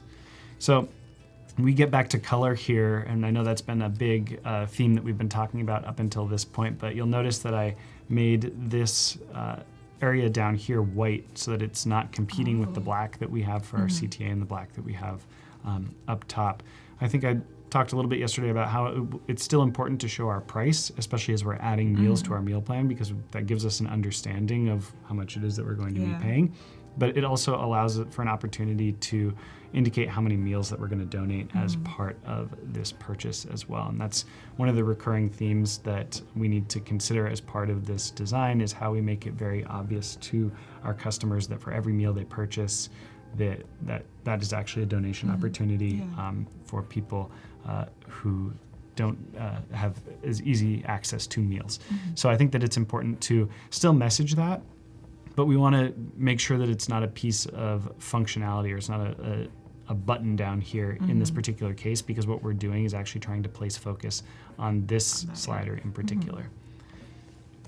So I'm going to come back here, and then what I'm actually going to do is just to round out this particular piece of functionality, I'm going to take this close button and actually move us back to the main screen.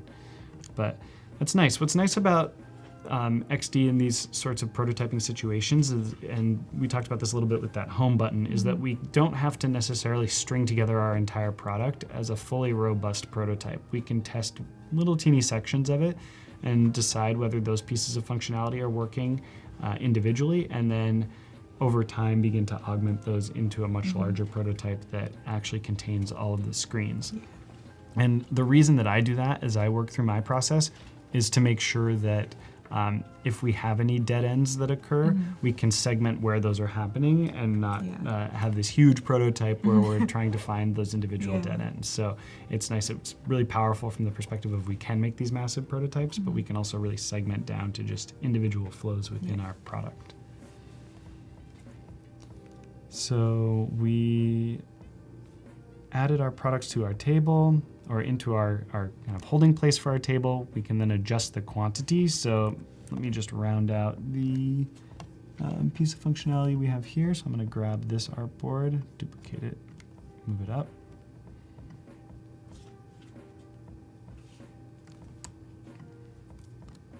Because I might want to demonstrate again that we have this ability to drag. So maybe we actually try that with this component as well. Yeah, we should try it. So let me move back just into design for a moment. I'm gonna grab this slider prototype. I'm gonna copy it. We probably are also called slider over here. So let's see if those names are gonna work. And if they don't, then we'll do some troubleshooting like we just did. So let me find, I'm probably going to just define maybe this whole background as our drag area, just to give us the most space as possible for this prototype. So we'll start with that. And I'm going to connect it over to this artboard right here, and then I would just say drag, and we'll see what that does. And I need to make sure that I'm focusing on the correct screen.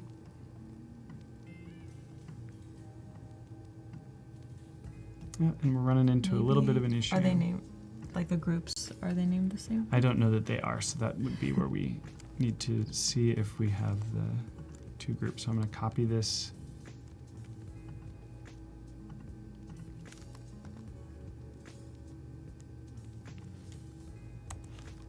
And we're just going to change this to 4. And we'll see if that works for us. Do we have this still hooked up? We do.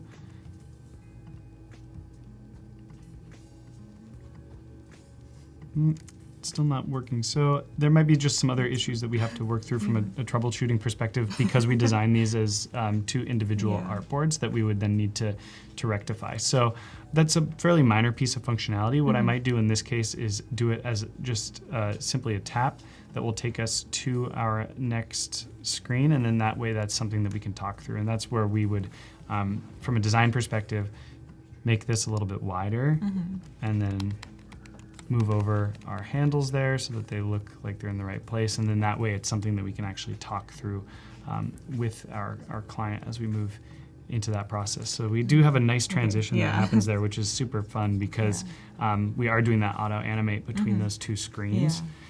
We can see how those go back and forth. And so what we might even be able to do is add to this functionality right here, to this slider, and have it help us go back in time with a tap as well. And then we can go basically forward and backwards. So we can express the functionality of this slider by allowing us to move back and forth through those two screens. Yeah. Yay. Cool. Well, it is time for portfolio reviews. I'm excited. Yay, Let's do it. I'm so excited. Thank you to everyone for submitting your portfolios. We're super excited to take a look at your projects.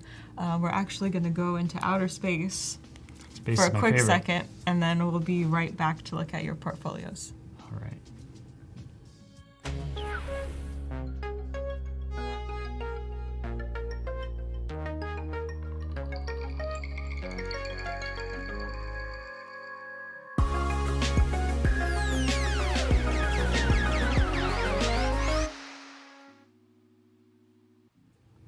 Whoa! We're back! Doing the anti-gravity thing. Yeah. I can breathe. Oh, that was a really fast trip to outer space. It was very fast. Yes. But now we're back on Earth in San Francisco and ready to look at your portfolios. Let's do it. Yay, so we can take these off so we can hear us talk. Okay. So thank you to everyone again for submitting. Let me make this a little bigger. So yes, let's take a look at your portfolios.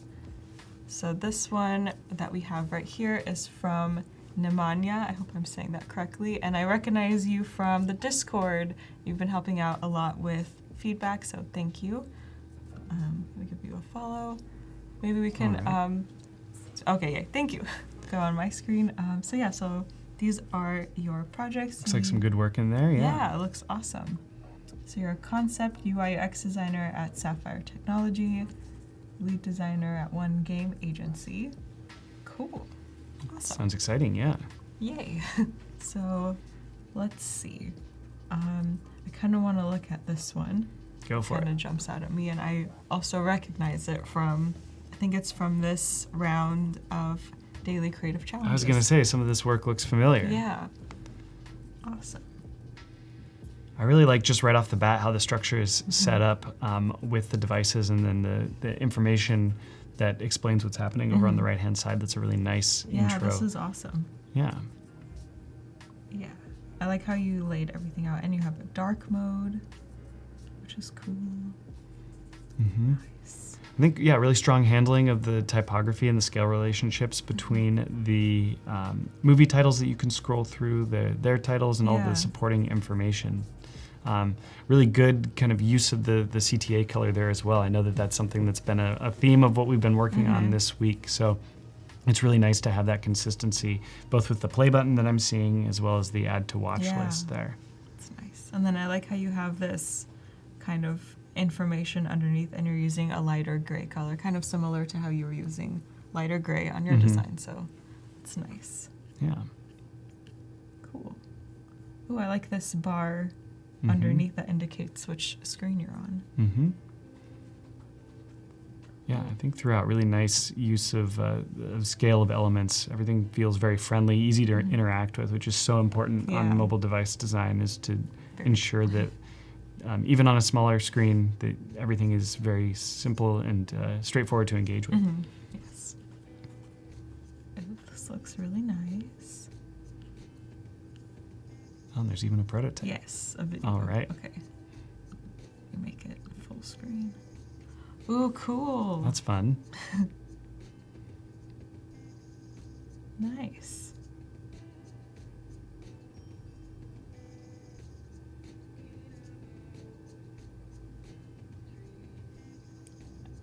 Ooh, I like that transition. Really strong transitions, yeah.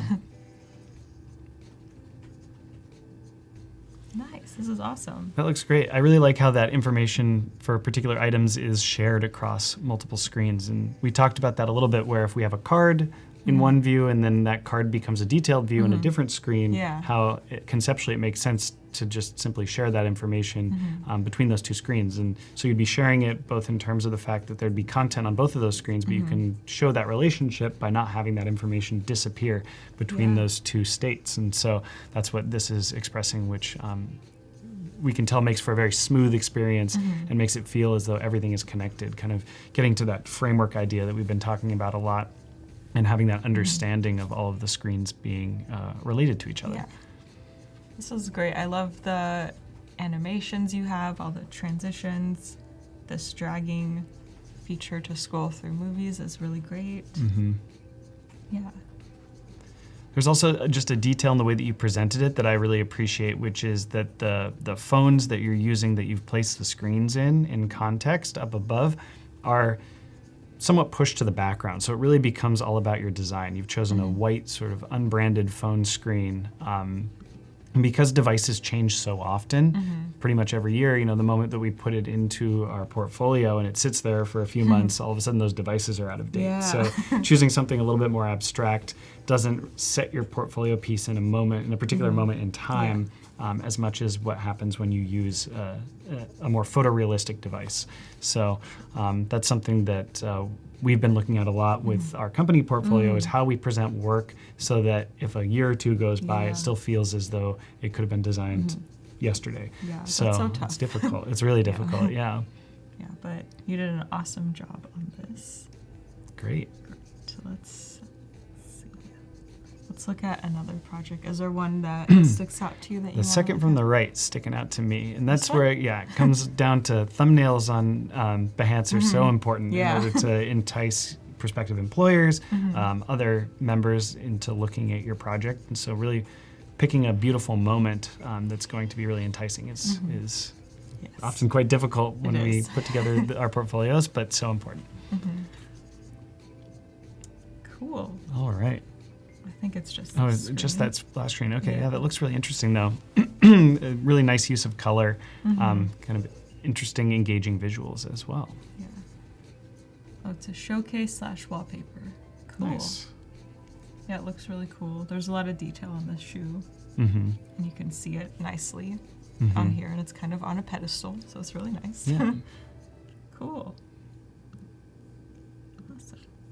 Let's see. Maybe that one, since it is more kind of Yeah. UX focused, fits with our theme. XD Daily Creative Challenge, day 1. All right. Cool, your first attempt. Oh, sorry, I went down the screen for some reason. Cool. This looks like our Discord on mobile. Interesting. Discord design and make more animations on top of it. All right. Yeah, let's check out the video. Yeah. Okay. So this is the interactive prototype, I think. Okay, there we go. Ooh, so did you redesign Discord using XD? 'Cause that's really cool. That'd be really interesting, yeah.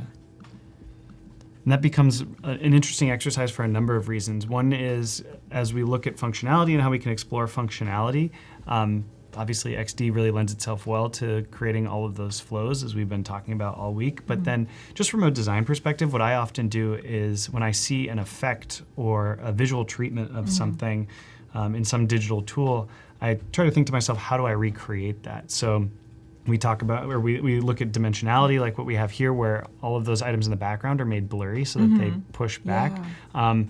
Just understanding how to achieve those effects in XD is really important to our process, because then we can apply them to our thinking in future tools as well. Yes. So I don't know why it won't let me do anything here. Sorry. Okay. There we go. Yeah. I think it might have started from the beginning. I like that kind of spread animation that we have Yeah. that allows for that layering. Yeah. And that's always difficult, is when you take something that exists as a desktop size tool and Yeah. try to collapse all that functionality down to a mobile It's device. tough. It's how do we arrange all our panels so Exactly. that they all fit on the screen. Yeah. Oh, so Nemanja saying, I was learning XD and I wanted to design Discord, and the task was making a drop-down.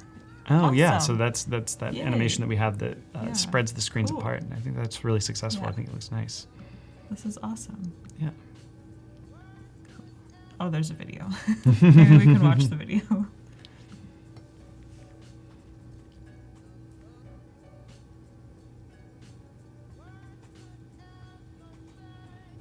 Nice. Yeah. Yeah, I think that's really engaging, and I think it's a strong exploration of how you achieve that organization of those various screen elements, and then with the final panel that comes up over top, Yeah. that's where we start to think in 3D space about how all of our screens are related to each other, so that we want to think about that early on, so Yeah. that it doesn't present issues further on down the line. Yeah. This is awesome. Great job. Good And job. I'm excited to see where your challenge takes you. I think there's 2 more days, today and tomorrow's the last day. So anyone that's watching, be sure to join our Discord channel. I can switch over to it really fast, but we have a bunch of awesome people in here, some mentors, some Adobe folks, and people giving feedback. And it's really awesome. And Nemanja has been there posting his projects, and it's been really awesome. And everyone just gives people really great feedback. So I highly recommend joining. Yay, thank you, Jeff. So here's the link for our Discord. It's bit.ly/X and D and then Discord. And you can join and participate in our daily challenges. And yeah, so highly recommend that. So once again, thank you, Nemanja, for Thank you, Nemanja. yeah, this was amazing. Awesome work. Thank you. So our next one is from Kristen Lamb. And she's a freelance UX designer looking for new opportunities from LA. That's awesome. Sunny LA. Hi, Cool. Kristen. Hello, self-taught designer, always thinking about human behavior and how people engage with technology. Nice, that's awesome. Cool. Let's take a look at this one. Ooh, I like how this plant is like behind the phone, kind of, but like still a part of the phone. That's really interesting, Yeah. yeah, because it could be, it's a nice way to express the concept about what you're doing with the photography. And so Yeah. a lot of cases you'll see that as just a design element that feels extraneous or unnecessary, but in this case it's also expressing the approach to using photography and Yeah. the fact that you have an image that is being cropped down into that space. So I think that Yeah, that's it looks really really interesting. cool. Okay, maybe I can make this. Okay, there we go. An app for plant lovers. Awesome. My wife and I just got a Monstera in our new house, and we're quite excited what about does it. that look like? That is the one on the right-hand side with the oh, the that's holes so in it. nice. And it's really interesting because ours started out with full leaves, and then the holes kind of developed further along over really? time. Yeah, so it's Oh been my God, that's an really interesting plant This to have. plant looks really nice. Yeah. Oh, Swiss cheese plant. Yeah. That's funny. Cool. But I really like the way that the visuals are working in the center Mm-hmm. screen that we have there. And I think what's really important here, the design decision that you made to have that margin in between each of those images is really Yeah. strong. I think a lot of times we want to fill the screen with visuals, so there might be a tendency to stack images without any sort of buffer in between them. And what happens is that you create these weird interactions sometimes visually where it's just becoming too much information that isn't really corresponding well to its neighbors. So expressing those as cards, I think, is really successful in this case. Yeah, me too. And I like your simple menu at the bottom. There's not too much going on. And I think you did a good job of highlighting the screen that you're on. So, yeah. Yeah. Let's see. Ooh, this looks so pretty. Yeah. Design concept. You can store your houseplant information, plant name, and plant care, as well as curated recommendations. That'd be fantastic. I think that's a really nice tool, or would be a really nice tool to have, especially if you have a number of plants that all have different care instructions. Yeah, so it's ours, tough. for instance, has a tag on it that has the care instructions, and I don't want to take the tag off because I might You'll forget. So, but it's Yeah. not as beautiful to do it that way. Whereas if I Exactly. had an app that would tell me, and then you could extend that over time to alert you when you do need to water your plants, I think would be very, very useful, which is a great idea. I agree. I've had a few plants, and then they have died very shortly after because I was just, too busy to water them, and I would forget, and then, so I would definitely in the same boat with need you. this Yep. app. But I like that you added the research aspect into this as well. So talking about why plants die, underwatering, light levels, and neglect. My reason would be neglect and slash underwater. Yep. Yeah. Those two kind of go hand in hand, don't Yeah. Cool. Ooh, this is so nice. they? Yeah. So you have your wireframes, and I like how you kind of showed the interactions too. It looks really nice.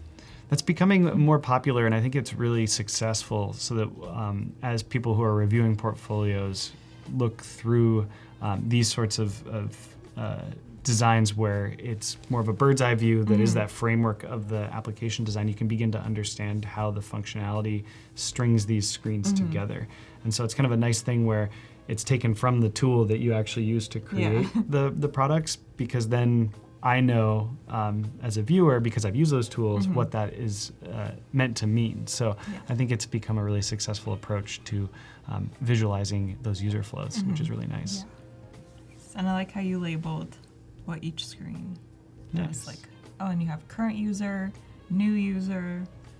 That's really awesome. Looks great. Oh, this is so nice. Typography. I like that you showed this, and this is a cool way to show the colors that you used as well. And places them in the context of plants, which is likely where those colors came from. So that's really nice to express that as part of your process. Cool. Nice icons too. Yeah.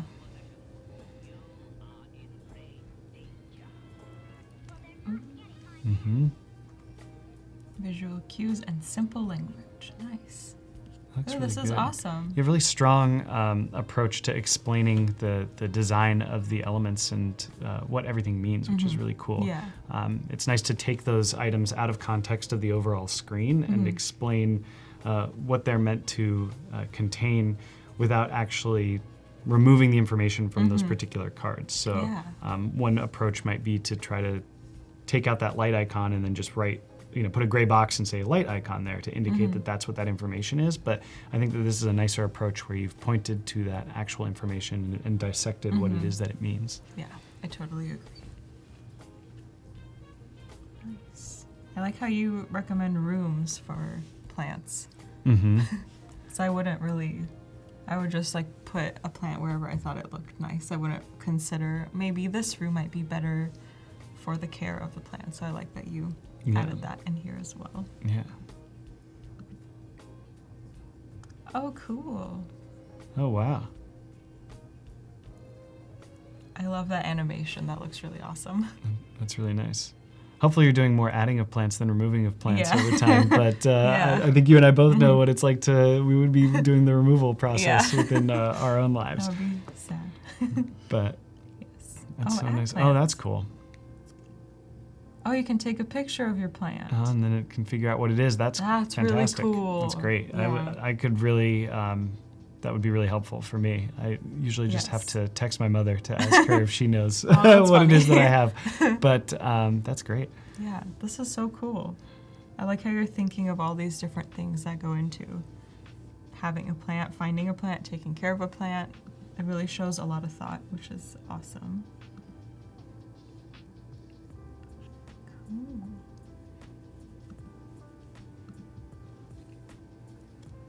Cool. Ooh. Yeah. Select all rooms that you want to plant. Oh, and then it will probably, you can define the characteristics of that room, and then it will recommend which plants make the most sense for that room, which is cool. Yeah.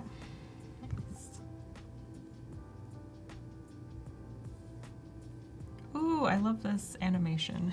That's really nice, yeah. Super cool. Nice. Sorry, I'm kind of skipping through these. Oh, and you can learn so it's more. what your particular behavior is that you want to have. You want easy plants to take care of. You want plants that are more involved. This is really thoughtful. Yeah, this is awesome. Your list is empty. Cool. It looks great. Yay. That's fantastic. Awesome. I think that, it was a really considerate user flow of what is involved in selecting plants for your home, really understanding who the customer is, we would call them in this case, the user, who they would be and what sort of information they would want to have as they care for plants, or they would want to provide before they actually purchase plants. So I think a lot of that is not considered in the typical purchase process of getting plants for your home, where you simply go to the store and see something you like and bring it home, and you don't actually consider what it's going to need to thrive within your environment. Yeah. So let's look at one more project from Kristen really quickly. And this is another XD Daily Creative Challenge. And this one, I think it was in March with Howard, and it was a pet store website. Okay. Cool. I like how you listed out the challenge. Efficient navigation. Nice visual setup there. You don't see that very often where, often navigations are iconic or iconographic, where you might have each item actually shown through an illustration, but I think this is a little bit more out there in a positive way, where we use photography to move users through the experience. It's really interesting. Really nice. Ooh. I like these marquees. banners. Yeah. And you have a clear call to action on each one, which is great. Nice. Bark Friday, that's kind of funny. Subscribe and save. And cards for all of the promoted options down below. That looks great. That's awesome. Ooh, let's all watch right. This. Cool. Oh yeah, the Live support help. window in the lower right. Nice. That's awesome. Simplified purchase flow. Hey, there's Howard. And oh my God, I think his name was John. I'm sorry. Let's jump into that video. Yeah, let's see. Oh, it's 1 minute long. I think they were reviewing yours. I see. On their stream, which is awesome. But we don't have that much time left. But let me, sorry that I'm going through this really quickly, but nice shopping cart. yeah, this looks really great. Proceed to checkout. I like the 2 buttons that you have here, and then this option for subscribe and save. I like that layout as well, with a nice picture of the pug, and then the icons over on the left-hand side. It's a really clean approach to that modal. Yeah. And then rate experience. Ooh, and then you have like that sliding bar, kind of how you had the sliding on your app. I was going to say this is right up my alley with the really easy, more qualitative inputs. They don't feel so functional. I mean, they are functional, but they feel a little bit more engaging and interesting to interact with, which is really nice. Really awesome. And there's a whole mobile experience to go with mobile. it. That's nice. I see that navigation translated nicely there. Probably a swipe sort of functionality to move from pet type to pet type, which is nice. And then you have the Touch ID. Looks awesome. So this video is a little too long, so unfortunately we can't watch all of it, but this is a great project and really in-depth, and I like how you presented each day and showed the like prompt, I guess, that was given for each day, and explaining why you're designing this and showing that as well. So really awesome job. Thank you again for submitting. Thank you. Yay. And then there was a question from Nemanja. What makes Behance Showcase perfect? What do you like to see? Should typography/colors be first, or a wallpaper or mock-up? In terms of the overall portfolio, the first thing I want to see is the challenge that you were trying to solve within the entire whatever it is that you're designing. So setting the stage for what it is that I'm about to look at as I move through the experience is what's most important, and then breaking that down from there. So if your entire system is based on type, then type would make sense to go first. But if it's based on color or a layout or whatever that is, then that's the order that you would begin to dissect your project in. But really having it so that we can open up the project, understand what it is that you're trying to achieve through your design is what's most important, and then you can break it down from there.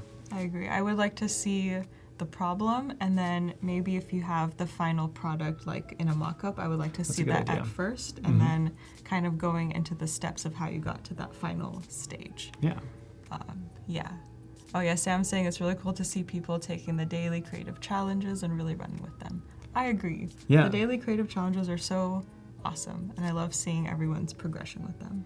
I think so too, and it's a really good way to learn the tools as well. We've seen a lot of people that are new to XD and really want to know how to use the program, and the best way to use and learn the program is to design something that's realistic in the sense of you're trying to solve a problem and achieve that through design. If you just open the tool and start to play with it, that's one way to learn, but it's less of a real world sort of experience, and it might not be as fast for you to understand how the tool works. So exactly.